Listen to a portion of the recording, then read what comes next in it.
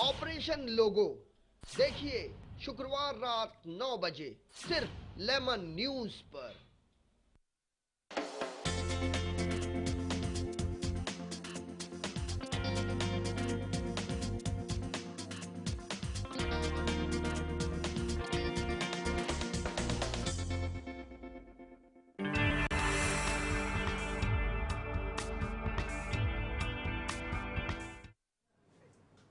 नमस्कार, आदाब। मैं हूं सलमान और आप देख रहे हैं मुद्दे की बात। मुद्दे की बात में आज हम चर्चा करेंगे देश की राजनीति की। राजनीति वो जो 2014 के पहले की तैयारियों में लगी है। 2014 यानी आने वाले चुनाव, और चुनाव को लेकर जिस तरह की गहमा गहमी सभी राजनीतिक दलों में देखने को मिल रही है, उस पर आज हम बात करेंगे। खासकर हम बात करेंगे, चर्चा छिड़ी है 2014 की, और 2014 के लिए अलग अलग राजनीतिक दलों ने अपने चेहरे भी बदले हैं। उनके प्रमुख चेहरों में बदलाव लाया गया है। किसके नेतृत्व में चुनाव लड़ा जाएगा, कौन उनका तुरुप का पत्ता होगा, इन सब पर मंथन चल रहा है, कहीं चिंतन चल रहा है। आज इस विषय पर हमारे साथ चर्चा करने के लिए हैं विश्व हिंदू परिषद के पूर्व अध्यक्ष मुंबई के रमेश मेहता जी। रमेश मेहता जी, आपका बहुत बहुत स्वागत है। हमारे साथ कांग्रेस के मुंबई के प्रवक्ता गफूर खान साहब हैं। गफूर साहब, आपका भी बहुत बहुत स्वागत है। हमारे साथ शोधन पत्रिका के संपादक नौशाद अब्बास साहब हैं। नौशाद साहब, आपका भी बहुत बहुत शुक्रिया। चर्चा इस बात पर कि अगर चेहरे बदले गए हैं, लेकिन पार्टियां अपनी नीतियां भी थोड़ी बहुत यहाँ वहाँ बदलती नजर आ रही है। उनके बीच चिंता इस बात की है कि 2014 जब पास आ चुके हैं, चुनाव होने हैं, तो किस तरह से लड़े जाएंगे। खासकर भारतीय जनता पार्टी ने अपने नेतृत्व परिवर्तन कर दिया है। नेतृत्व परिवर्तन के साथ साथ उसकी नीतियों में भी भीतरी नीतियां जो पुरानी थी उस पर लौटती प्रतीत हो रही है। कुंभ में, महाकुंभ के दौरान राजनाथ सिंह का बयान आया और उन्होंने कहा कि राम मंदिर के मुद्दे को कभी भारतीय जनता पार्टी ने अलग किया ही नहीं था, और उस कार्ड को फिर एक बार खेलने जा रही है भारतीय जनता पार्टी। हिंदुत्व की तरफ लौटती प्रतीत होती है। लौटने का मतलब ये नहीं कि कभी वो रही ही ना हो, लेकिन उसने अपने इस मुद्दे को कहीं ना कहीं ठंडे बस्ते में डाल रखा था। शायद उसकी कुछ राजनीतिक मजबूरियां रही हो। चर्चा इसी बात पर बात करते हैं हम रमेश मेहता जी से। रमेश मेहता जी, ये एक भूमिका हमने बनाई। हमने इससे पहले इसी शो के दौरान हमने काफ़ी बातें की। हमने दिखाया किस तरह से कांग्रेस ने अपने युवराज को, जिन्हें युवराज कहलाना पसंद नहीं लेकिन वो कांग्रेस के युवराज ही है, राहुल गांधी को प्रमोट किया, महासचिव से उपाध्यक्ष बनाया, यानी एक फेस सामने लाने की कोशिश की गई। दूसरी तरफ नितिन गडकरी जी के जाने के बाद राजनाथ सिंह को भाजपा का अध्यक्ष बनाया गया। चेहरा बदल गया। भारतीय जनता पार्टी के नेतृत्व अगर बदला तो कहीं ना कहीं कार्यकर्ताओं में अगर एक उत्साह लाने की बात हुई तो एक मुद्दे की ज़रूरत थी, और फिर उसी ढर्रे पर लौटने का काम कर रही है भारतीय जनता पार्टी। क्या ये उसकी मजबूरी है, या फिर वो चाहती ही यही थी? केवल गठबंधन की राजनीति के मोह जाल में फंसी हुई भारतीय जनता पार्टी ने इस मुद्दे को दरकिनार किया हुआ था अब तक। ऐसा है, भारत में आज कोई भी एक दल सत्ता पर नहीं आ सकता है, इसलिए गठबंधन की राजनीति तो करनी ही पड़ेगी। अब बात रही भारतीय जनता पार्टी की, जो मैं समझता हूं कि उन्होंने राम जन्मभूमि का विषय कभी छोड़ा ही नहीं था। हो सकता है विषय को कई बार एक बाजू दरकिनार किया जाए, उसका अर्थ यह नहीं है कि उसको छोड़ दिया है।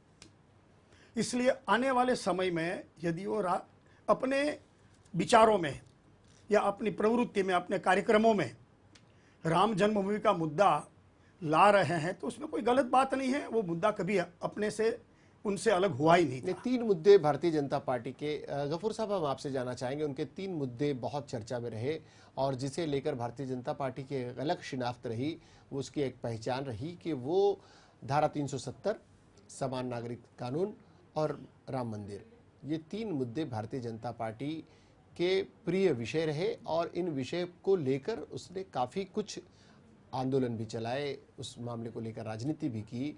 लेकिन 13 दिन 13 महीने और फिर उनकी जो 3 बार की सरकारें रहीं, गठबंधन के मोह जाल में कहीं न कहीं फंसी रहीं। इन तीनों मुद्दों को उन्होंने दरकिनार किया।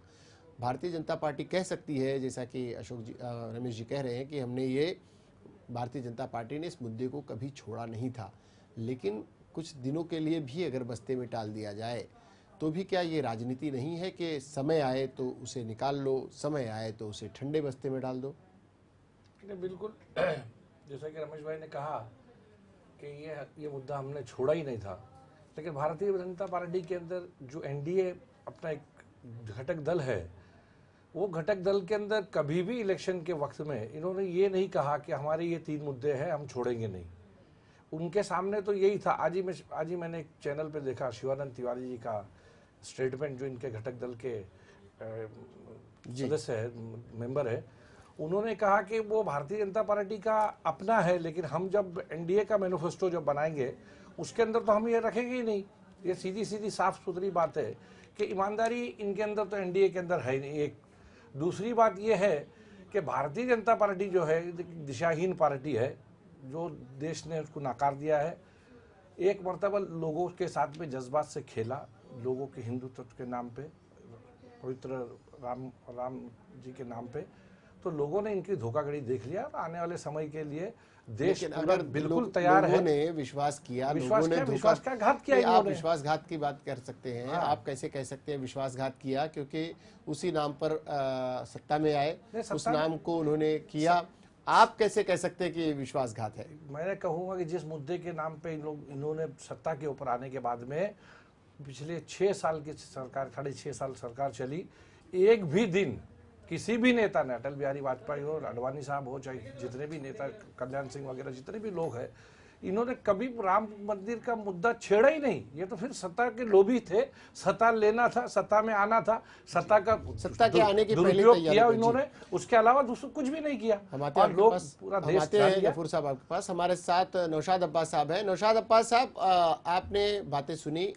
भारतीय जनता पार्टी, जैसा कि रमेश मेहता जी कह रहे हैं कि भारतीय जनता पार्टी ने इस मुद्दे को छोड़ा नहीं था, हकीकत भी यही है, उसने उस मुद्दे को छोड़ा नहीं था। गठबंधन धर्म के पालन करना भी उसकी एक मजबूरी है, और जैसा कि स्वीकार करते हैं रमेश मेहता जी भी, और सभी दलों को स्वीकार करना पड़ेगा, क्योंकि कांग्रेस भी आज क्यों रमेश जी, कि कांग्रेस को भी गठबंधन की ही सरकार चलानी पड़ रही है, सरकार चलानी पड़ रही है। अंतर विरोधों के बावजूद सरकार चलाने के लिए चूंकि संख्या बल की जरूरत होती है, और इस लोकतांत्रिक देश में जिसके पास संख्या जितनी होगी वो सरकार चलाएगा।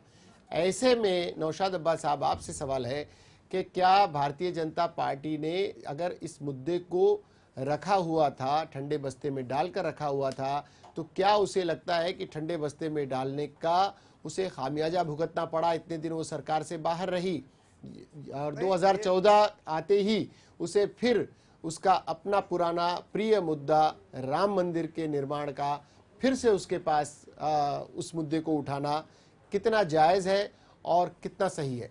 नहीं, मर्यादा पुरुषोत्तम रामचंद्र जी को 14 साल का वनवास हुआ था, आप भी जानते होंगे, मेहता जी भी जानते होंगे, लेकिन भाजपा ने भी 14 साल का वनवास उनको दिया था। अब 14 साल के बाद फिर उनको रामचंद्र जी याद आ रहे हैं, और क्योंकि 2014 आना है, इसीलिए मेहता जी की ये बात एक दर्शकों की और जनता की दिशा भूल करना है कि उन्होंने मुद्दा कभी छोड़ा ही नहीं था। इनको याद है कि इनकी ही लोकसभा में नेता, विपक्ष की जो नेता है सुषमा स्वराज जी को आज से कुछ 13-14 साल पहले पत्रकारों ने पूछा था कि क्या इस बार आप राम मंदिर का मुद्दा इलेक्शन में लेंगे, तो उन्होंने एक बहुत ही मजाहिया एक विधान कहा था, वक्तव्य दिया था कि उन्होंने कहा था कि एक चेक एक बार ही कैश हो सकता है। मतलब ये कि आदरणीय मर्यादा पुरुषोत्तम रामचंद्र जी को भाजपा एक चेक की तरह इस्तेमाल करती है। और ये गफूर साहब ने भी जो कहा कि एनडीए जो है ईमानदार नहीं है, तो कांग्रेस कौन सी दूध की धूली है? जब बाबरी मस्जिद शहीद हुई तो उस वक्त सत्ता में केंद्र में कौन थे? इनकी ही पार्टी की सत्ता थी, नरसिम्हा राव जी की सरकार थी। ये टीवी पर वो सब जो है गुंबद तोड़ते हुए ये लोग देख रहे थे, और जो है ये इनकी मिली भगत थी। लेकिन उसका नौशाद साहब, उसका खामियाजा कांग्रेस सरकार भी उठा चुकी। कांग्रेस की सरकार गई, कांग्रेस आज गठबंधन की सरकार चलाने की मजबूरियां उसके पास हैं। आज वो अपने बल पर सरकार नहीं बना सकती। ठीक उसी तरह भारतीय जनता पार्टी ने, अगर भारतीय जनता पार्टी को आप दोष देते हैं तो भारतीय जनता पार्टी भी अपने दम पर उसी मुद्दे को लेकर सरकार नहीं बना सकी। उसे भी गठबंधन का सहारा लेना पड़ता है। दोनों की अपनी अपनी मजबूरियां हैं, अलग अलग तरीके से दोनों को सरकारें बनानी पड़ रही हैं। क्या ये गठबंधन के सरकार बनाने की मजबूरियों से आजाद होने की छटपटाहट है दोनों की, कांग्रेस की अपनी और भारतीय जनता पार्टी की अपनी? नहीं, देखिए, जब भी राम मंदिर का इशू अगर से भाजपा उठाती है तो जितना फायदा भाजपा को होता है उससे ज्यादा कांग्रेस को होता है। जैसे कि कांग्रेस अगर से मुस्लिम रिजर्वेशन की बात को उठाती है तो जितना फायदा कांग्रेस को होता है उससे ज्यादा भाजपा को होता है। ये राजनीति जो है वो कोई सेहतमंद राजनीति नहीं है, राजनैतिक विवेक की आवश्यकता है। 90 के दशक में जब देश की अर्थव्यवस्था कोलैप्स होना शुरू हुई थी, तब जो है इन्होंने, भाजपा ने और कांग्रेस ने मिलकर जो है धर्म की राजनीति शुरू की है। जब देश का सोना बिक रहा था, जब देश की जो है आर्थिक व्यवस्था जो है वो कोलैप्स हो रही थी, तब इन्होंने भावनात्मक मुद्दों को हाथ लगाया, जिससे फायदा जो है वो कांग्रेस को भी हुआ, भाजपा को भी हुआ। भावनात्मक मुद्दों को उठाना, ये अलग अलग दलों के अपने अपने शगल रहे हैं। अपने अपनी सहूलत से इन मुद्दों को उठाया जाता है। कई दल इससे अछूते नहीं है, इसे ईमानदारी से स्वीकार करना होगा। बात रमेश मेहता जी, बिल्कुल अर्थव्यवस्था, आर्थिक व्यवस्था, जो हमारी इकोनॉमी है जिस तरह के दौर से गुजर रही है, महंगाई है, चारों तरफ हाहाकार है, देश में अलग अलग तरीके के समस्याएं हैं, भ्रष्टाचार का मुद्दा है, नए राजनीतिक दल गठित हो रहे हैं, भाजपा और कांग्रेस को लोग आजमा चुके हैं, कहीं उनसे भागना भी चाहते हैं, कहीं उनकी मजबूरियां उनसे जुड़े रहने की भी है। ऐसे में भावनात्मक मुद्दों को उठाकर फिर 2014 की तैयारियों में लगना, ये कुछ अटपटा नहीं लगता कि बाकी चीज़ों से ध्यान हटाया जा रहा है, क्योंकि बहुत कुछ है इस देश में समस्या के नाम पर? ऐसा है, 2014 में तो लोकसभा का चुनाव आ रहा है जी। केंद्र में कांग्रेस बैठी है, कई सालों से बैठी है, और वैसे भी सारे देश में आज़ादी के बाद कुछ 5 साल निकाल दे तो कांग्रेस ने शासन किया है। और आज़ादी के बाद इतने सालों में अपने देश की तरक्की कितनी हुई और हमसे बाद में आज़ाद हुए देश कहाँ से कहाँ पहुँचे, ये तुलनात्मक बात करेंगे तो आपको ध्यान में आएगा कांग्रेस ने इतने सालों में क्या किया। समय समय पर कांग्रेस भी अपनी राजनीति खेलती रही है, यह सत्य बात है। आजकल कांग्रेस एक प्राइवेट लिमिटेड कंपनी बन गई है। एक निश्चित परिवार और परिवार का ही जो सारे लोग हैं वही उसकी हाजी हा में करने वाले सब आजू बाजू में घेरे हुए हैं और ये शासन चल रहा है। ये लोकशाही में तो ऐसा है कि किसी भी तरह से आपको अपनी संख्यात्मक ये प्रूव करना पड़ता है कि हमारी संख्या एक सत्ता पर बैठने के लिए पर्याप्त है जी। कांग्रेस के पास आज है, चाहे वो गठबंधन है जैसा भी है। दूसरी बात रही कि लोकशाही में विरोध पक्ष है, उसको भी इतना ही सावधान रहना पड़ता है, जागरूक रहना पड़ता है। और ये कोई कारण नहीं है कि एक ही पार्टी सत्ता पर 60 साल सत्ता पर बैठी हुई पार्टी भी एक समय हार सकती है। रही बात कि देश की जो आर्थिक परिस्थिति है जी, आज जो एक भयानक चारों ओर वातावरण है, भ्रष्टाचार है जी, दुराचार है, व्यभिचार है, अत्याचार है, आतंकवाद है, उसके लिए कौन जिम्मेदार है? यदि केंद्र में एक सशक्त सरकार होती, को किसी की भी होती, राष्ट्र के हित में, सिर्फ राष्ट्र के हित में मैं कह रहा हूं, कोई भी सरकार हो, चाहे कांग्रेस की हो, भाजपा की हो या किसी की भी हो, उनको राष्ट्र हित सोचना है। There is nothing about the nation, राष्ट्र सर्वोपरि होता है। आप सोच लीजिए कि इतने आज चारों जो हो रहा है, क्यों हो रहा? आज स्वयं शीला दीक्षित ने स्वीकारा है कि दिल्ली आज सलामत शहर नहीं रहा है और ये हर शहरों में होता जा रहा है। रमेश जी, बहुत अच्छी बात कही आपने। कांग्रेस की जहां सरकार है उसकी मुख्यमंत्री अपनी ही सरकार से कहीं ना कहीं, अगर उनके बयान को पैमाना माना जाए तो अपनी सरकार से ही नाखुश नजर आ रही हैं वो। लेकिन इतने सारे मुद्दे आपने बताया, अत्याचार है, व्यभिचार है, भ्रष्टाचार है, सब कुछ होने के बावजूद मुद्दा मंदिर का महाकुंभ के बहाने उठाना कितना जायज़ है? देखिए, राम जन्मभूमि का विषय मैं पहले भी बोल चुका हूं, चाहे इसके ऊपर कितनी भी टीका टिप्पण हो, वो मुद्दा कोई भी हिंदू, चाहे वो कांग्रेस का हो चाहे वो कोई भी पार्टी का हो, अंदर से वही चाहता है कि एक बार वहाँ भव्य मंदिर होना चाहिए। इसलिए तो आज की पैनल में आपने जो कुछ लोग को बुलाए थे कांग्रेस के, वो आए नहीं, उसकी हिम्मत नहीं थी आने की, है कि नहीं भाई, हमें कहीं समस्या में पड़ना नहीं। एक बात, यह सामाजिक मानसिकता है। मैं पहले आंदोलन में गया हूँ, हम 250 किलोमीटर रात को दिन को छुपते करके हम अयोध्या पहुंचे थे।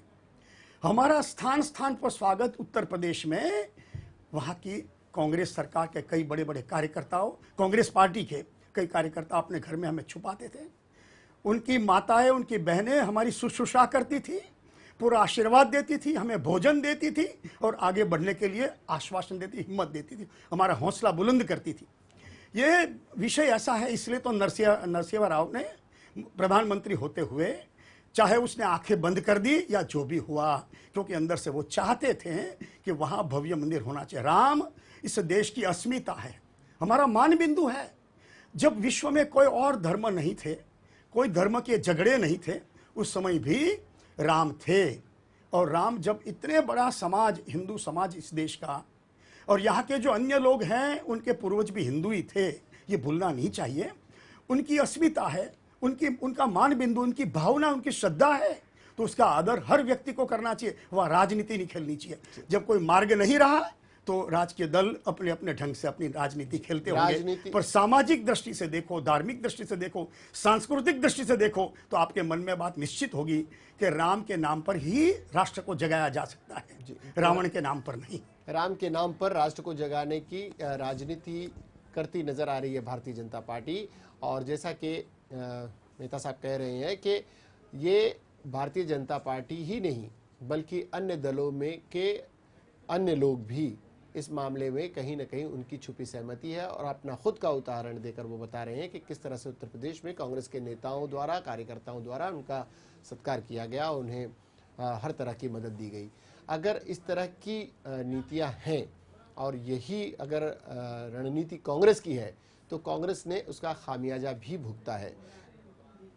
जनता के सामने कुछ और राजनीति करना कुछ और, ये अगर कांग्रेस की नीति रही है गफूर साहब, तो आप बताएं कि कैसे वो भारतीय जनता पार्टी का मुकाबला करने जा रही है 2014 के चुनाव में। सिर्फ चेहरे बदल देने से, चेहरे को एक नया रूप रंग दे देने से, महासचिव से उपाध्यक्ष बना देने से, राहुल गांधी के नाम पर सत्ता तो आने से रही, फिर इस तरह की अगर राजनीति होगी तो। पहली बात तो मैं जो रमेश साहब ने, जो पटेल साहब ने बताया अभी, मैं इनकी बात पे पहली बात तो सहमति नहीं हूँ, क्योंकि ये चैनल के ऊपर बैठ के बोलना बहुत आसान होता है कि वो प्रधानमंत्री सो रहे थे, वो टीवी पे देख रहे थे। ये तो जनता ने देखा है, जनता ने देखा है गफूर साहब, जनता ने देखा है। कुछ मजबूरियां, कुछ इनकी मजबूरियां भी है, ये नहीं पता। जब मानो कि उसी वक्त कल्याण सिंह ने उसकी हिफाजत के लिए एफिडेविट फाइल किया था, जिसके ऊपर उनको सजा हुई।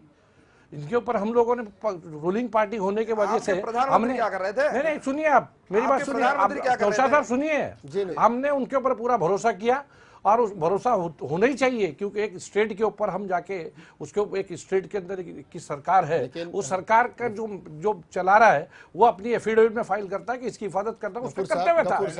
लेकिन नहीं, वो देखो ताला खुलवाना,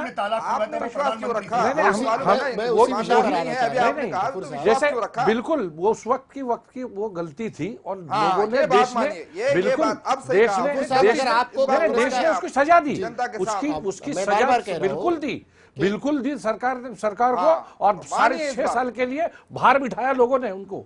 राष्ट्र की माफी मांगनी चाहिए आप लोगों ने। नहीं बिल्कुल, नौशाद साहब आपको याद होगा, नौशाद साहब देखो,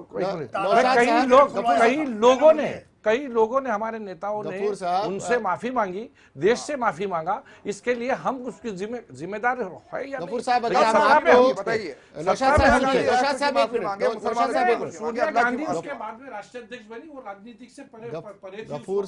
गफूर साहब, माफी मांगने के बाद अगर हम आपको कांग्रेस के एक सबसे छोटी इकाई मान लें तो आपकी सबसे बड़ी इकाई जो उस वक्त की थी, अगर आप कांग्रेस के सबसे छोटे कार्यकर्ता यहाँ के मान लिया जाए आपको, तो कांग्रेस के सबसे बड़े कार्यकर्ता और नेता उस वक्त आपके पीवी नरसिम्हा राव थे, खामोश थे। खामोशी का नतीजा ये हुआ कि, और उसके बावजूद भुगता आपने। उसके बाद आपके प्रधानमंत्री ने वादा किया था कि उसी जगह पर जैसे मस्जिद फिर बनेगी उस वादे का कहीं से नहीं हो पाया। भारतीय जनता पार्टी के नेताओं ने वादा किया था कि वही मंदिर बनेगा, मंदिर नहीं बन पाया जैसा भव्य विशाल चाहते थे। यानी दोनों तरफ के नेता, बड़े नेता लोगों को उलझा कर रखना चाहते हैं। इस बात में कितनी सच्चाई है? इस बात में मैं आपकी बात से बिल्कुल सहमत हूँ।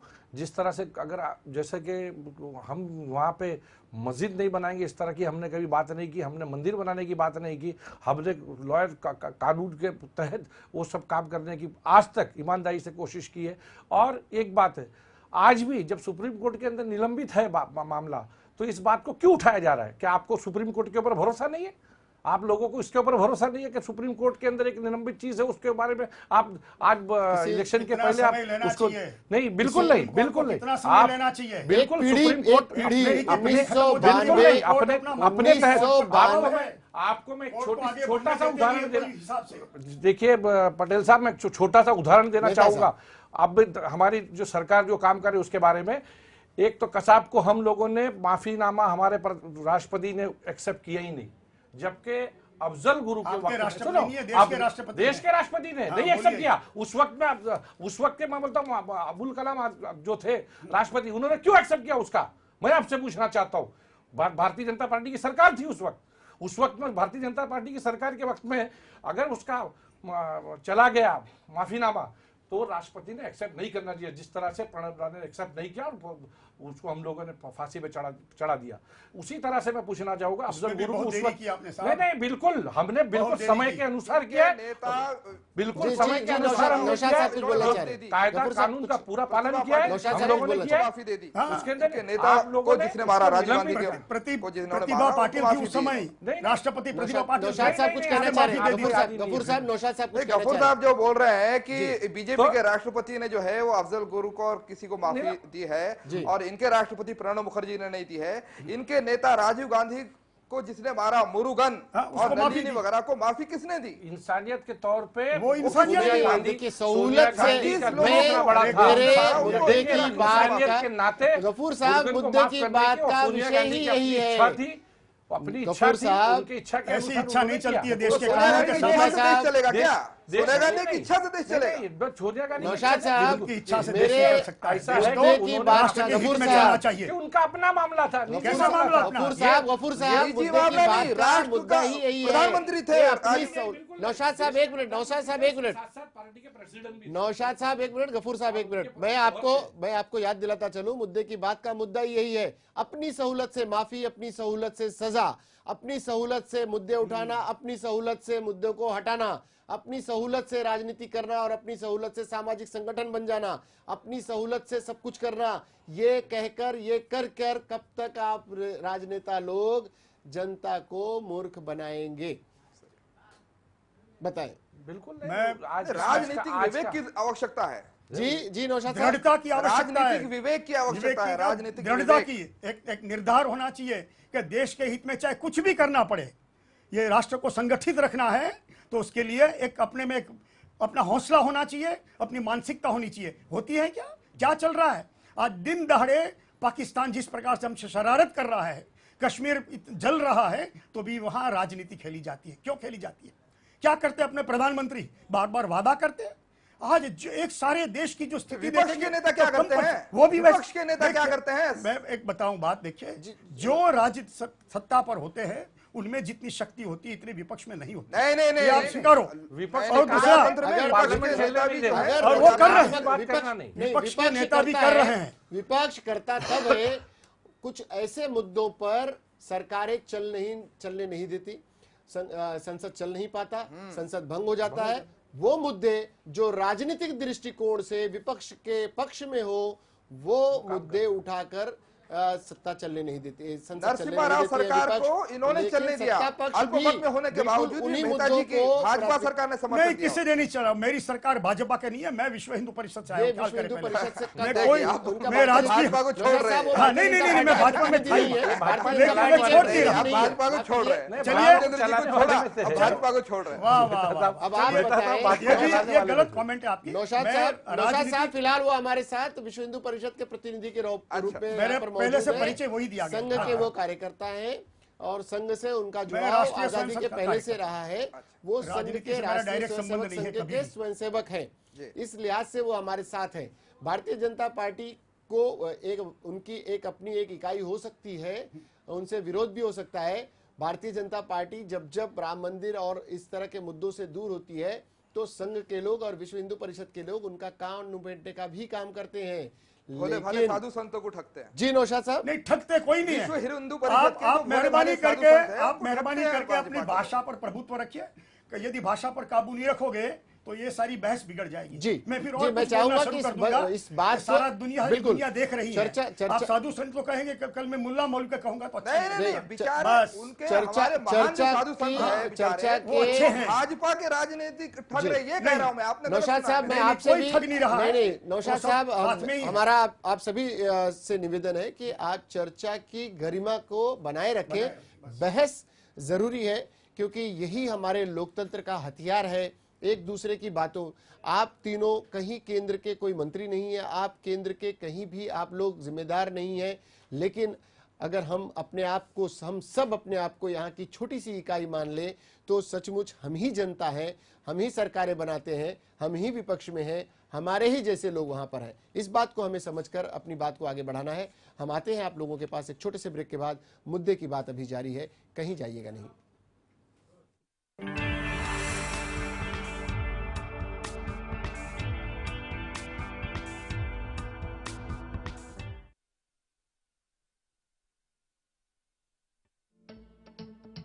थोडासा जरी ताप आला तरी ताबडतोब डॉक्टरकडे या. घरातल्या घरात उपचार करू नका. अगदी ताप उतरला तरीही औषधं पूर्ण घेतलीच पाहिजेत. मलेरिया रोखणं आपल्याच हातात आहे. लक्षात ठेवा, वेळेत निदान वाचवी प्राण. PACL इंडिया लिमिटेड पेश करते हैं Pearls Residency Mohali, Pearls City Mohali, Pearls Royal Garden Sehore, Pearls Gateway Madurai, Pearls Township Bathinda, Pearls Riviera Cochin, Pearls Gateway Tower Noida और Pearls Corporate and W Mall New Delhi. Projects of PACL India limited. PACL में ग्राहकों का हित सुरक्षित. कंपनी अपने दायित्वों का निर्वाह करने में पूर्णतः सक्षम. आधिकारिक तौर पर पुष्टि. मलेरिया हा केवळ डास चावल्यामुळेच होतो. हा आपल्या घरात आणि आजूबाजूच्या परिसरातच होतो.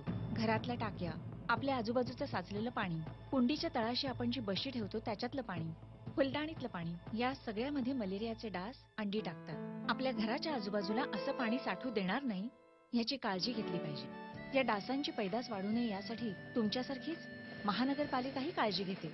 शहरात ठिकठिकाणी धूम्रफवारणी आणि औषधाची फवारणी सातत्यानं करते. अळीनाशक औषध घरकामाच्या पाण्यातही घातलं जातं. मलेरिया रोखणं आपल्याच हातात आहे.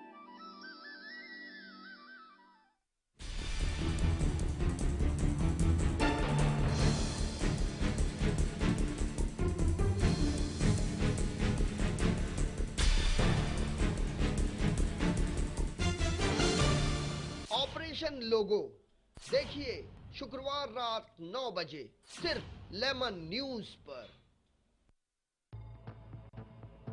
मलेरिया हा केवळ डास चावल्यामुळेच होतो. हा आपल्या घरात आणि आजूबाजूच्या परिसरातच होतो. घरातल्या टाक्या, आपल्या आजूबाजूचं साचलेलं पाणी, कुंडीच्या तळाशी आपण जी बशी ठेवतो त्याच्यातलं पाणी, फुलदाणीतलं पाणी, या सगळ्यामध्ये मलेरियाचे डास अंडी टाकतात. आपल्या घराच्या आजूबाजूला असं पाणी साठू देणार नाही याची काळजी घेतली पाहिजे. या डासांची पैदास वाढू नये यासाठी तुमच्यासारखीच महानगरपालिकाही काळजी घेते. शहरात ठिकठिकाणी धूम्रफवारणी आणि औषधाची फवारणी सातत्यानं करते. अळीनाशक औषध घरकामाच्या पाण्यातही घातलं जातं. मलेरिया रोखणं आपल्याच हातात आहे.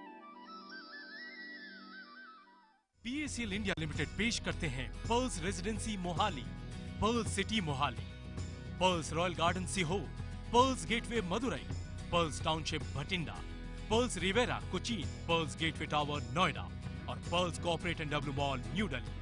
Projects of PACL India limited. PACL में ग्राहकों का हित सुरक्षित. कंपनी अपने दायित्वों का निर्वाह करने में पूर्णतः सक्षम. आधिकारिक तौर पर पुष्टि. मलेरिया हा केवळ डास चावल्यामुळेच होतो.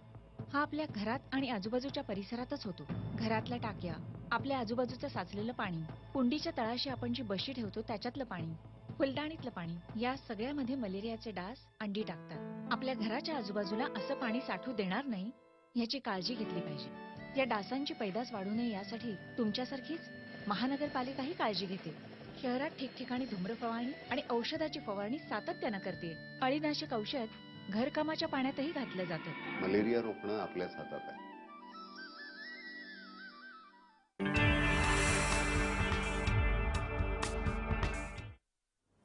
ब्रेक के बाद एक बार फिर आप सभी का स्वागत है मुद्दे की बात में। और मुद्दे की बात में चर्चा इस बात पर कि 2014 के चुनाव को लेकर जिस तरह से राजनीतिक दलों की सरगर्मियां बढ़ी हैं, उनके मुद्दे बदल रहे हैं, उनकी भाषा बदल रही है, उनकी शैली बदल रही है, उनके चेहरे बदल रहे हैं।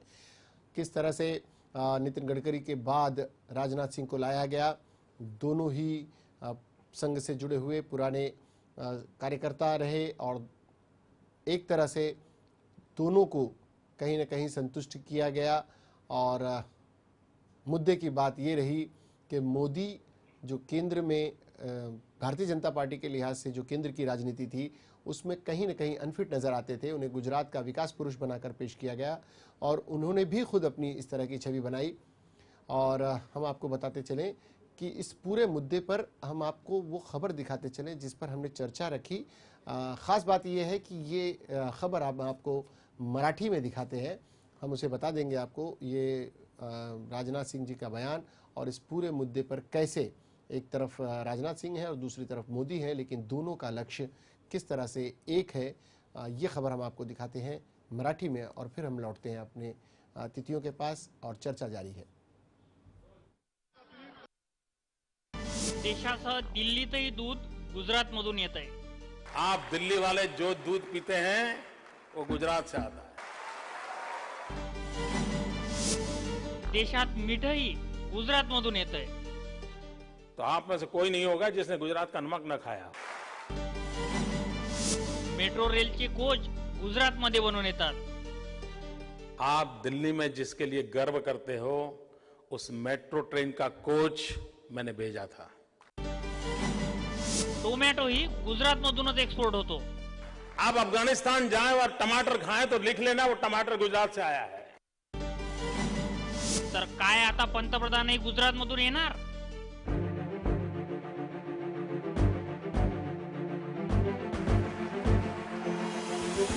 बुधवारी दिल्लीच्या श्रीराम कॉलेजमध्ये गुजरातचे मुख्यमंत्री नरेंद्र मोदी यांनी पॅकेजिंगच्या मुद्द्यावर तुफान बॅटिंग केली. विकासाच्या मुद्द्यावर सलग तिसऱ्यांदा गुजरातचे मुख्यमंत्री होण्याचा मान मिळवलेल्या मोदींनी दिल्लीत विकासालाच आवश्यक असणारा पॅकेजिंगचा मुद्दा कॉलेजच्या विद्यार्थ्यांसमोर मांडला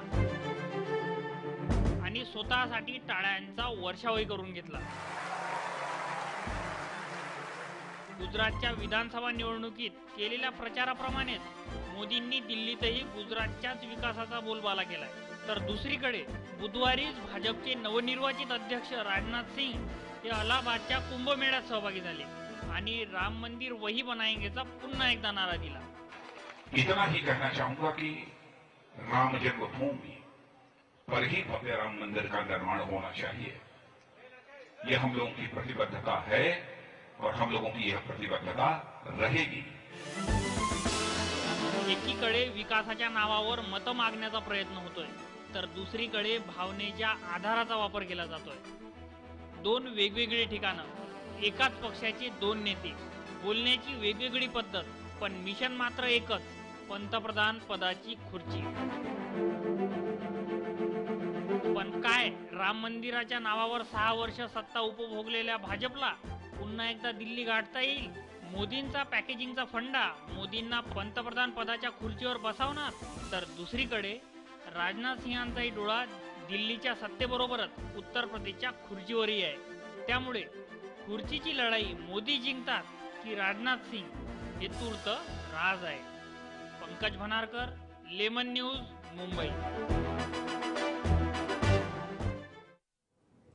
एक तरफ हिंदुत्व की तरफ लौटने की छटपटाहट भारतीय जनता पार्टी की, राजनाथ सिंह का कहना कि मंदिर निर्माण, भव्य मंदिर निर्माण होगा और भारतीय जनता पार्टी के लिए वो प्रतिबद्ध थी, प्रतिबद्ध है और प्रतिबद्ध रहेगी.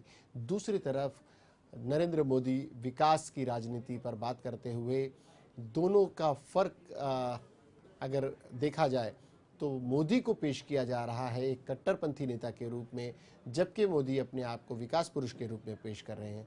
दूसरी तरफ राजनाथ सिंह के पास इस तरह से लाया गया कि वो भारतीय जनता पार्टी को आगे ले जाएंगे और 2014 के चुनाव में जीत दिलाएंगे। हालांकि इससे पहले जब वो अध्यक्ष थे उस दौर में भारतीय जनता पार्टी को करारी हार भी हुई थी। लेकिन राजनीति है और राजनीति भारतीय जनता पार्टी हो या कांग्रेस हो या कोई भी दल हो, राजनीति अपनी सहूलत से करना है। हमारे साथ वरिष्ठ आरएसएस के नेता एमजी वैद्य साहब जुड़ गए हैं। वैद्य साहब, आपका बहुत बहुत स्वागत है। जी वैद्य साहब, भारतीय जनता पार्टी एक बार फिर 2014 के चुनाव आते ही अपने प्रिय मुद्दे पर लौटी है, हिंदुत्व के मुद्दे पर, और मंदिर निर्माण की बात कही है। क्या इससे भारतीय जनता पार्टी को आने वाले दिनों में लाभ होगा? क्या उसके राष्ट्रीय जनतांत्रिक गठबंधन के अन्य साथी से नाराज होकर अलग हो जाएंगे, या अलग नहीं हुए तो क्या इस मुद्दे को फिर दबाव बनाकर ढक दिया जाएगा? वो कैलकुलेशन तो भारतीय जनता पार्टी के नेताओं ने जी, या उनकी जो समिति उन्होंने करना चाहिए जी। मैंने उसका कोई अध्ययन किया नहीं है जी। तो एक बात स्पष्ट कर दूं कि मैं आरएसएस का नेता नहीं हूँ, सादा स्वयंसेवक हूँ, मेरे पास में कोई दायित्व नहीं है जी। लेकिन इस तरह से चुनाव आने के पहले उन्हीं भावनात्मक मुद्दों को लौटना, जैसे हमारे साथ जो भावनात्मक मुद्दे पर लौटना ये कोई गलत काम है क्या? जी, पहले गलत नहीं था, अब ये कैसे गलत हो गया? ये हर हिंदू व्यक्ति की अभिलाषा है जी। और न्यायालय का भी निर्णय है कि वहाँ मंदिर था तो वहाँ बनना चाहिए। अब कौन सी पार्टी वो लेने वाले है, लेने वाले नहीं है, उसमें क्या कॉम्प्रोमाइज करने वाले है, तो वो पार्टी वाले जाने। जी। अब इससे पहले जब भी जो भी अध्यक्ष रहे उस दौर में उतनी आक्रामकता से भारतीय जनता पार्टी इस विषय को नहीं उठा रही थी, लेकिन चुनाव के पहले अगर फिर से उठा रही है तो राष्ट्रीय जनतांत्रिक गठबंधन के साथ क्या इस पर आ सकती है? चुनाव तो 1 साल दूर है जी। गठबंधन की बात, गठबंधन इसमें जाना चाहिए नहीं जाना चाहिए, उस समय चुनाव का मैनिफेस्टो क्या रहता है इस पर निर्भर करेगा। जी। आने वाले दिनों में भारतीय जनता पार्टी के केंद्रीय नेतृत्व ही इस बात को तय कर पाएगा कि किस तरह से निर्णय लेना है। वो सब उन्होंने करना चाहिए, वही करेंगे। दूसरे को अब मीडिया वाले भी नहीं करेंगे और हमारे जैसे तटस्थ निरीक्षक है वो भी नहीं कर सकेंगे। जी। अपना मत दे सकते हैं जी। विश्व हिंदू परिषद, राष्ट्रीय स्वयंसेवक संघ और इस जो भी पहले उनके एजेंडा पर है, आज की नई बात थोड़ी है। जी, उनके एजेंडा पे पहले से ही है और उस एजेंडे पर कहीं न कहीं भारतीय जनता पार्टी फिर से लौटती हुई नजर आ रही है। इसमें उनके सहयोगी दलों को कोई एतराज नहीं होना चाहिए, ऐसा आपका मत है। मेरा कि इसका बारे में वो जनता पार्टी, भारतीय जनता पार्टी की जो कार्य समिति है जी, पार्लियामेंट्री बोर्ड है, जो चुनाव का घोषणा पत्र बनाने वाली जो समिति होगी वो विचार करेगी। जी। अभी कहना जल्दबाजी होगा कि इस पर उनके सहयोगी दल क्या निर्णय लेते हैं और किस तरह की उनकी भूमिका होती है। खासकर नीतीश जी की भूमिका इस मामले में अलग ही रही है। खैर, वैद्य साहब आप हमारे साथ जुड़े, आपने अपनी राय रखी, बहुत बहुत शुक्रिया आपका। सच कहा वैद्य साहब ने कि अभी भारतीय जनता पार्टी ने अपनी प्राथमिकता बताई है, आने वाले दिनों में उस पर क्या भूमिका लेती है, उसके सहयोगी दल, उसके सहयोगी जो भी एनडीए के घटक दल हैं वो उस पर क्या भूमिका लेते हैं, ये भारतीय जनता पार्टी के शीर्ष नेताओं को तब सोचना होगा। आज चूंकि कुंभ है, महाकुंभ में नेताओं का जमघट है, उनके बीच में, साधु संतों के बीच में राजनाथ सिंह जी भी पहुंचे हैं। कहीं न कहीं राजनीतिक विश्लेषक भी मानते हैं कि साधु संतों का और अन्य उनके भारतीय जनता पार्टी के जो समर्पित कार्यकर्ता और उनके मतदाता हैं, कहीं न कहीं उनका दबाव भारतीय जनता पार्टी पर यह बना हुआ था कि वो राम मंदिर के मुद्दे पर लौटे, और ऐसा ही हुआ। गफूर साहब, आपने वैद्य साहब को भी सुना, आप मेहता साहब को भी सुना, आप अपनी पार्टी की कमजोरियों को भी देख रहे हैं, भारतीय जनता पार्टी की भी मजबूरियों को और कमजोरियों को देख रहे हैं। ऐसे में 2014 का चुनाव आपके नज़रिए से कैसा होगा इन सारी चीज़ों को देखते हुए? 2014 का जो इलेक्शन होगा वो वही होगा जो विकास का मुद्दा होगा। जैसे कि मैं कुछ चीज़ें मैंने बदलाव देखा है मोदी साहब के जो इलेक्शन, अभी जो इनका जो दिल्ली में जो इन्होंने लेक्चर किया और पूरे इलेक्शंस के लेक्चर्स, उसमें ज़मीन आसमान का फ़र्क था। एक कि वो विकास की बात कर रहे थे कि ये विकास जो है देश का होना चाहिए, इस तरह से होना चाहिए, कांग्रेस ने इतने सालों में नहीं किया जो भी था। और दूसरी बात, दूसरी तरफ मैं कुंभ मेले के अंदर जब जाता हूँ और दूसरी तरफ भी बाइडेट आपके जरिए से, मीडिया के जरिए से मैं देखता हूँ कि वहाँ पे भारतीय जनता पार्टी के ऊपर आरएसएस और विश्व हिंदू परिषद का इतना दबाव होता है कि राष्ट्रीय अध्यक्ष जो है वो, जबकि पार्लियामेंट्री बोर्ड के अंदर वो सब चीज़ें, मुद्दे और वो सब चीज़ें लेना चाहिए, जैसा कि कहा उनकी अपनी एनडीए है, एनडीए के अंदर अपना मैनिफेस्टो बनता है, ये सब छोड़ के एक राष्ट्रीय अध्यक्ष अगर ये कह दे कि मुद्दा तो हमने कभी छोड़ा नहीं, तो ये कितनी बेईमानी की बात है। अब इस पर अन्य दलों के जो उनके सहयोगी दल हैं, हाँ। खासकर जेडीयू और इस तरह के दलों की भूमिका पर भी सवाल उठेंगे और उनकी तरफ से भी बयानात आएंगे।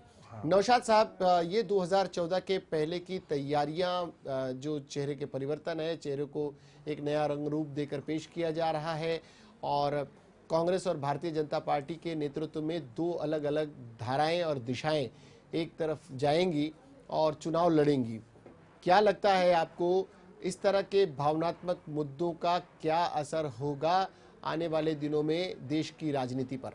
नहीं, मैं ये समझता हूँ कि ये भाजपा और कांग्रेस की राजनीति के परिप्रेक्ष्य में तो हमने देखना ही चाहिए, लेकिन खुद भाजपा के अंदर जो चरमपंथी और नरमपंथी वगैरह ये जो गिरोह है, इनके परिप्रेक्ष्य में भी देखना चाहिए। कैसा है कि देखिए, नरेंद्र मोदी जी ने विकास की बात कही थी, है ना, और राजनाथ सिंह जी ने जो विश्व हिंदू परिषद के ही विचारपीठ से अपनी बात कह रहे थे, ये जो उन्होंने वक्तव्य कहा विश्व हिंदू परिषद के विचारपीठ से कहा, उनके कार्यक्रम में कहा, तो वो जो है राम मंदिर की बात कही थी।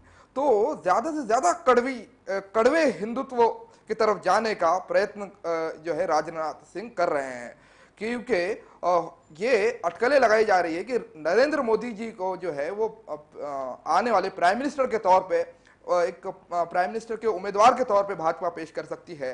तो उसके कंपटीशन में जो राजनाथ सिंह जी जो है वो आगे जाना चाहते हैं और उसके लिए उनको ये वक्तव्य देना पड़ा, उनकी एक राजनीतिक मजबूरी थी। और नरेंद्र मोदी जी जो है वो अपने आप को बहुत ज्यादा मॉडरेट बनाने के चक्कर में उन्होंने विकास की राजनीति की बात कही, कहा कि जो है गुजरात से टोमेटो आता है, गुजरात से ये आता है, दूध आता है, गुजरात से जो है वो माइनॉरिटी की, क्रिश्चियन नंस की और मुसलमानों की लाशें भी आती हैं, ये भी उनको जो है बताना चाहिए था। दूसरी तरफ एक आपने सुना कि मेहता साहब ने बताया किस तरह से देश में अलग अलग मुद्दे भी हैं, वो व्यभिचार है, भ्रष्टाचार है, अत्याचार है। ऐसे मुद्दों के बावजूद इस तरह के मुद्दे अगर दोहराए जाएंगे, आपको लगता है कि कोई दल इन मुद्दों के दम पर भी चुनाव में उतर सकता है? जैसा कि मेहता साहब ने कहा, सिर्फ उन्हीं मुद्दों को लेकर जाए और भावनात्मक मुद्दों के बहकावे में न आने के बीच जनता के बीच जा सके, ऐसा लगता है आपको? कोई ऐसा दल और कुछ लोग होंगे जो ऐसा जा सकते हैं? नहीं, एक ट्रेंड आ रहा है, जनता में जागृति हो रही है। अभी मेरा एक मित्र है, उन्होंने बहुत ही गुस्साए अंदाज में कहा कि मैं जो है वो बजरंग दल में था और हमको जो है बहुत बड़ा धोखा मिला है। मेहता जी ने मेरे वक्तव्य का बहुत गलत अर्थ लिया और मुलायम सिंह जी ने भी सदन में ये बात कही थी कि जो हमारे महान संत है, जो साधु संत है, जिन्होंने विश्वास किया था, उनसे जो है उनको ठगा गया है, ये बात मैंने कही। और ये जो है खबरें तो ये भी थी कि शंकराचार्य अध्यक्षानंद जी वगैरह ने इनके आने का, महाकुंभ में आने का मोदी जी के विरोध भी किया था। जी जी, नहीं, क्योंकि यहाँ का जो हिंदू समाज है वो बहुत सहिष्णु समाज है, वो जो है भाजपा को पसंद नहीं करता। इन्होंने, मेहता जी ने जो बात कही है कि ये किस आधार पर कह सकते हैं नौशाद अब्बास साहब कि आप किस पैमाने पर कसते हैं इस मामले को कि यहाँ का सहिष्णु हिंदू समाज भारतीय जनता पार्टी के साथ नहीं जाता? भाजपा को कितने प्रतिशत वोट मिले वो तो देखिए, 23% से भी कम। खाली जो भाजपा का आप ले लीजिए, भले ही एनडीए को मिला हो बहुमत, लेकिन भाजपा को बहुमत नहीं मिला। अगर से हिंदू भाजपा के साथ होता तो भाजपा आज 2/3 मत में होती। लेकिन यहाँ का जो हिंदू समाज है वो बहुत ही सहिष्णु समाज है, वो मर्यादा पुरुषोत्तम रामचंद्र जी के तत्वों पे चलने वाला है, भाजपा के तत्वों में नहीं चलने वाला। आज स्वयं मर्यादा पुरुषोत्तम रामचंद्र जी भी होते तो भाजपा के विरोध में होते। ये आपकी अपनी सोच और आपका अपना नजरिया है। गफूर साहब, ये सारी इन परिभाषाओं में अगर आप देखें, आपको लगता है कि तीसरा कोई मोर्चा इस तरह का कोई खड़ा हो सकता है या उसके लिए कोई वैक्यूम है, कोई जगह बनती है जो कांग्रेस नीत, एक तरफ राष्ट्रीय जनतांत्रिक गठबंधन, दूसरी तरफ यूपीए के लोग, और इनके बीच में कोई तीसरा दल भी निकल कर आ सकता है इन दोनों पर बरसते हुए? देखिए, जब इलेक्शंस, जब पार्लियामेंट के इलेक्शंस आते देश के अंदर, तीसरा मोर्चा नाम की एक वो ज़रूर बनेगा। मैं उम्मीद के साथ बताता हूँ, क्योंकि मेरा तजुर्बा है कि पिछली मरतबे भी मैंने देखा था कि तीसरा मोर्चा था, उसके पहले भी जो इलेक्शंस हुए उसमें भी तीसरा मोर्चा था।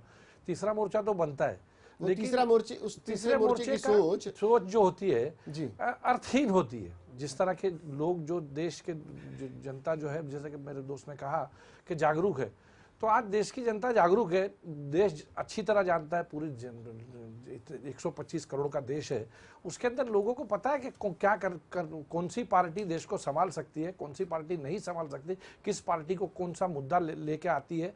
नए नए दुकानें खुलेगी, उस तरह से नए नए मोर्चे भी बनते जाएंगे, उसका हमें कुछ भी नहीं। कांग्रेस की अपनी एक सिद्धांत है, कांग्रेस अपने सिद्धांतों पर चलती है। कांग्रेस के लिए 130 साल का उसके पास तजुर्बा है, और देश को चलाने का सबसे ज्यादा तजुर्बा अगर है, देश के लोगों ने सबसे ज्यादा विश्वास अगर किसके ऊपर किया है तो कांग्रेस के ऊपर। नहीं, बिल्कुल, आप तो बोलते रहिए। नहीं, बिल्कुल नहीं, आप बोलते रहिए, बोलने में कुछ जाता नहीं, आपको कोई टैक्स लगता नहीं। गफूर साहब, हाँ, कुछ बातें ऐसी होती है जब आप अपने दल की बात करते हैं, दो विचारधाराएं, दोनों के बीच में आपने देखा गहमा गहमी भी हुई। आपने देखा मेहता साहब और नौशाद साहब एक दूसरे की बात से कई जगह पर असहमत नजर आए। आप बहुत बड़ी बात कहने जा रहा हूं, इसका जवाब आपसे चाहूँगा। दोनों के विचारों का आदान प्रदान होगा जब कभी ये दोनों आमने सामने होंगे, लेकिन एक मामले में इन दोनों की राय बिल्कुल मिलती है कि कांग्रेस ही इस पूरे मामले के लिए जिम्मेदार है, और कांग्रेस के दौर में ही सबसे ज़्यादा अगर जनता के साथ विश्वासघात हुआ है तो हुआ है। इस बात से दोनों सहमत है, आपको लग रहा है ना कि इस मामले में दोनों की बातें की है। देखिए कि अगर कांग्रेस, देखिए कांग्रेस के ऊपर अगर तोहमत नहीं लगाएंगे तो लगाएगी किसके ऊपर? पहली बात तो ये, जब ये सत्ता में आते हैं तो इनको खुद को समझ में नहीं आता देश जा रहा कहाँ है, देश जा रहा का। इनको तो कुछ ना तजुर्बा है इनके पास, ना नेतृत्व है इनके पास। हमारे पास देखो, एक बार नहीं, 6.5 साल, 13 दिन की सरकार थी, 13 महीने की सरकार थी, होता है, 5 साल की सरकार थी। लोकशाही में ऐसा, लोकशाही में ये है कि लोगों को पता चल गया, उसके बाद में 2 इलेक्शन हुए। 13 दिन के बाद 13 महीना क्यों आए? 13 दिन के बाद ही 13 महीना आए, 13 महीने के बाद ही 5 साल आए। कांग्रेस ने ये सरकार को, इस पूरे मामले को, इस आपको लगता है कि राम मंदिर बाबरी मस्जिद विवाद को कांग्रेस ने उस तरीके से हैंडल किया जैसे एक सरकार को करना चाहिए था? बिल्कुल, सरकार ने बिल्कुल अपनी जिम्मेदारी के साथ में, किया? ईमानदारी के साथ में उन्होंने हैंडल किया।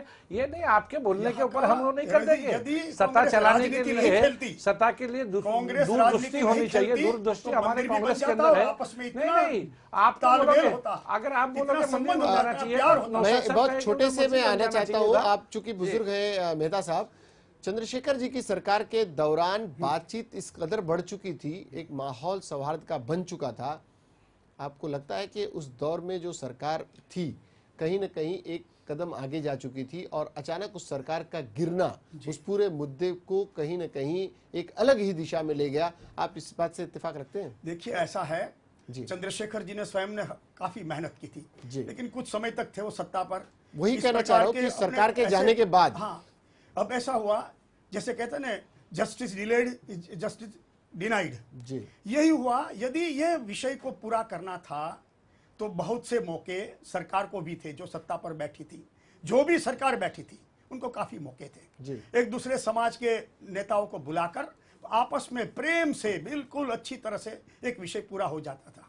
विश्व सारा इसकी ओर देख रहा है, क्योंकि मैं हमेशा समझता हूं ये जो हिंदुस्तान है ना, उसमें हम आता है, हाँ, हिंदू म मुसलमान, दोनों के बिना हम होता नहीं है। भारत है, भारत, हिंदुस्तान नहीं। क्यों हिंदुस्तान कहने में बुरा क्या? भारत है, भारत। यदि हिंदुस्तान ने कहा तो बुरा क्या है? नहीं, कॉन्स्टिट्यूशन में इंडिया दैट इज भारत लिखा है। हिंदुस्तान ठीक है, अगर आप बोलचाल की भाषा में कॉन्स्टिट्यूशन की नहीं आती है, मनोभावना की आती है। भारत है। यदि मैं हिंदुस्तान कहूं तो आपको विरोध नहीं होना चाहिए। आप अगर हिंदुस्तान, देखिए, नहीं, नौशाद साहब, मैं हिंदुस्तान कहता हूं। मेहता साहब, एक मिनट, अंत में हम भारत माता की जय बोलते हैं। नौशाद साहब, मैं आ रहा हूं। मेहता साहब, आपकी बात को ही मैं आगे बढ़ाना चाह रहा हूं। नौशाद साहब, अगर वो हिंदुस्तान कह रहे हैं और उसे यूनाइटेड बताने की कोशिश कर रहे हैं, एक विश्व हिंदू परिषद का पूर्व नेता जिस पर हमेशा उंगलियां उठती रही हूं विश्व हिंदू परिषद पर, उसका एक नेता जिम्मेदार शहरी अगर इस बात से हिंदू और मुसलमान की एकता की बात करता है तो मुझे नहीं लगता कि इतना विरोध। उस लिहाज से तो आपको हिंदुस्तान में जब हम कहते हैं तो हिंदू और मुस्लिम को जोड़कर कह रहे हैं। मैं तो नहीं हूँ, एक मिनट, मैं नहीं हूँ, तुम नहीं हो, हम दोनों मिलकर हम है, वही देश के हित में है। जी मेहता जी, बात सही है आपकी। देखो, अल्लामा मोहम्मद इकबाल साहब ने तो रामचंद्र जी को इमामुल हिंद कहा है, जी, राष्ट्र नायक।